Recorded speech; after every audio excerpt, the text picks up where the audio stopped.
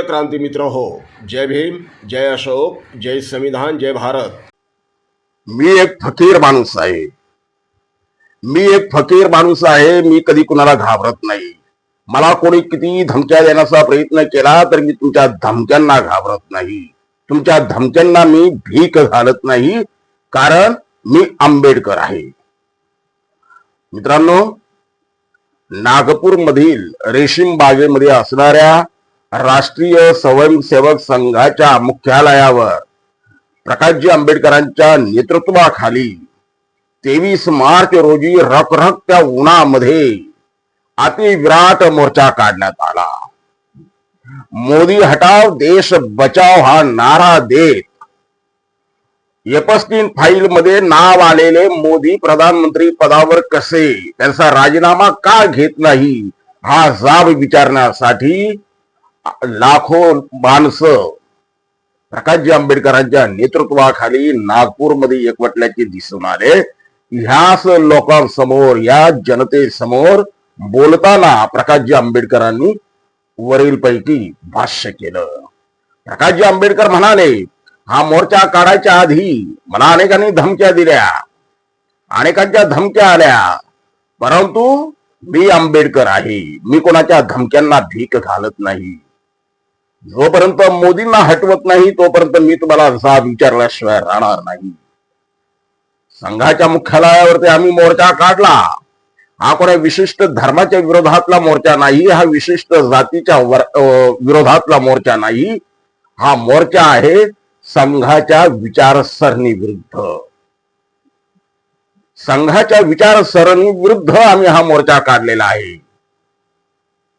मोदींना हटवा, प्रश्न मिटेल.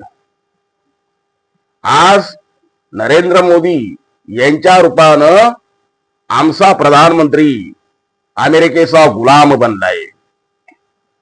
आजवर आमच्या देशाच्या प्रधानमंत्र्यांनी या देशाची गरिमा प्रतिष्ठा कायम राखली होती, परंतु नरेंद्र मोदींच्या रूपानं ती प्रतिष्ठा आमची धुळेला मिळालेली आहे. आज आंतरराष्ट्रीय पातळीवरती आमच्या भारताची किंमत शून्य झालेली आहे, केवळ आणि केवळ नरेंद्र मोदीमुळे. आणि म्हणून नरेंद्र मोदींना प्रधानमंत्री पदावरून तिथून हटवा, ही आमची मागणी आहे. मुजरा मोदी हा प्रवास देशासाठी अत्यंत घातक आहे. आम्हाला मुजरा मोदी नकोय. कणखर प्रधानमंत्री हवाय, जो अमेरिकेला जाब विचारू शकेल.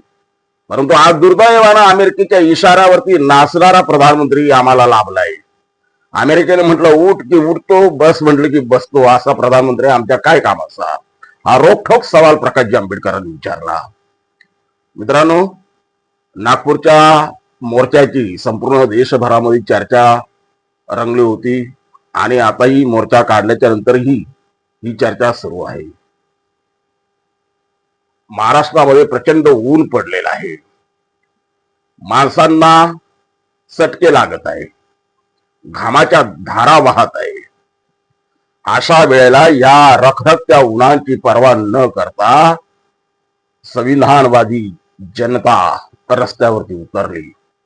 या जनतेला रोखण्यासाठी पोलिसांनी कडेकोट बंदोबस्त ठेवला.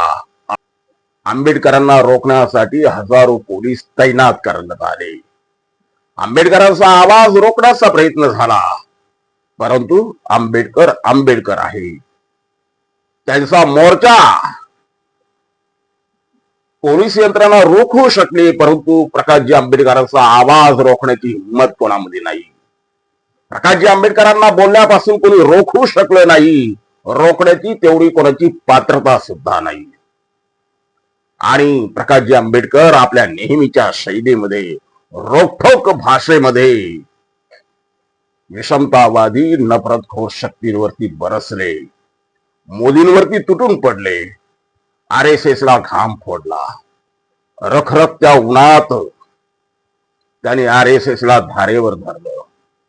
ह्यावेळी बोलताना प्रकाशजी आंबेडकरांनी काँग्रेस, कम्युनिस्ट पक्ष, आम आदमी पक्ष या सगळ्यांना एक जाहीर आवाहन केलेलं आहे की या लढाईचं केंद्रबिंदू आता दिल्लीतच झालं पाहिजे. आता दिल्लीतून आपल्याला लढाई लढावी लागणार आहे. त्यासाठी सगळ्यांनी आपापली राजकीय मतभेद बाजूला ठेवून एकत्रित आलं पाहिजे.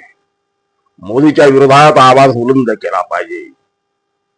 अमेरिकेसमोर झुकणाऱ्या प्रत्येक शक्तीच्या विरोधामध्ये आता आवाज बुलंद केला पाहिजे. प्रकाश आंबेडकरांच्या या आवाहनाला काँग्रेससह देशातील विरोधी पक्ष कसा प्रतिसाद देतात येणारा काळ आपल्याला सांगणारच आहे. तोपर्यंत जय भीम. क्रांती मित्र हो, भीम पॅंथर या आपल्या हक्काच्या यूट्यूब चॅनलला कृपया सबस्क्राईब करून आम्हाला विषमतावादी शक्तींच्या विरोधात लढण्यासाठी बळ द्या, शक्ती द्या, ऊर्जा द्या. कमेंट करा, लाईक करा, शेअर करा.